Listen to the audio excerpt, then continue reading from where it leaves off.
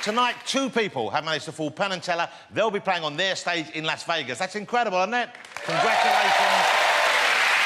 OK, well, I've loved all the performers tonight, but this is the bit I've been most looking forward to. If you're of a nervous disposition or if you work for health and safety, look away now. Because playing Russian roulette with a pneumatic nail gun for your pleasure, please welcome on stage the fabulous, the unique Penn and Teller.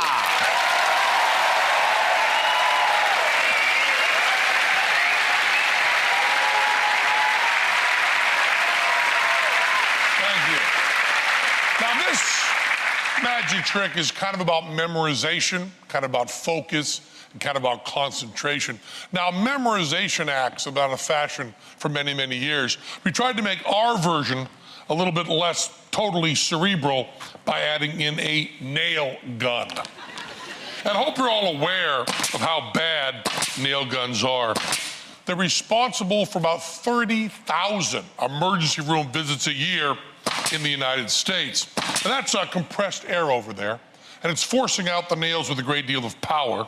Certainly enough power to go all the way through that board into another board and fasten them together for construction purposes. But I've thwarted that by putting the board on a metal table so the nails stick out a little bit. Now, we're talking about memorization, and the trick looks like this.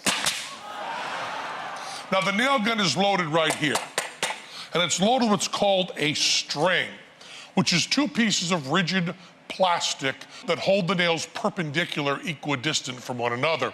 When you pull nails out of the string, whenever the nail gun comes to one of those spaces, it still fires the air and makes the noise, but it does not fire a nail. So all I have to do is memorize this sequence, and I can do this.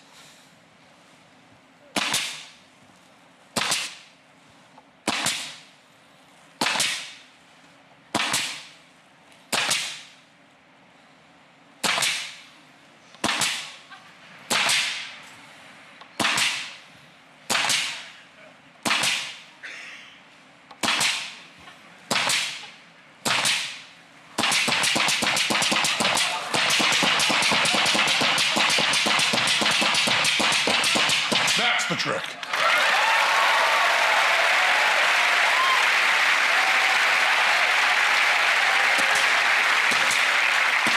Now, you've noticed by now that I'm not just alternating. As a matter of fact, the pattern does not repeat for the whole trick. Now, if you've seen a memorization act in vaudeville, there obviously would not have been a nail gun. Would have all been done with numbers and words. The performer would have gotten maybe 40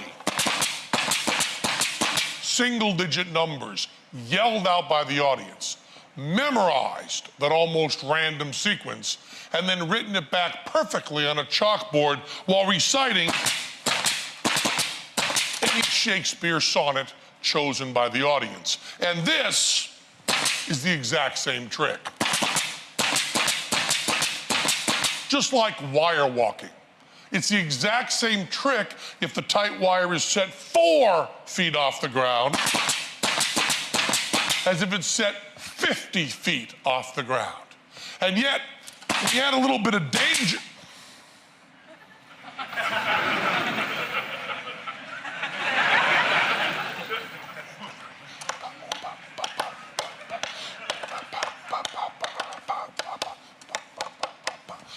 Bang, bang, bang.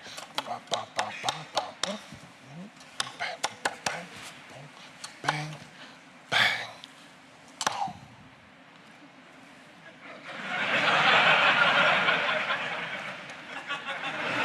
When you add a little bit of danger to the bit, it makes the whole show just a little more visceral, a little more exciting. Now, most memorization acts are magic tricks. They're lies. And we don't mind you knowing that, because Teller and I believe it is morally wrong to do things on stage that are really too dangerous. It makes the audience complicit in unnecessary human risk. If you have doubts about this, being a lie, I think that proves it right there. Remarkable. Fabulous. Awesome. Wow. Ladies and gentlemen, the brilliant but clearly deranged Penn and Teller.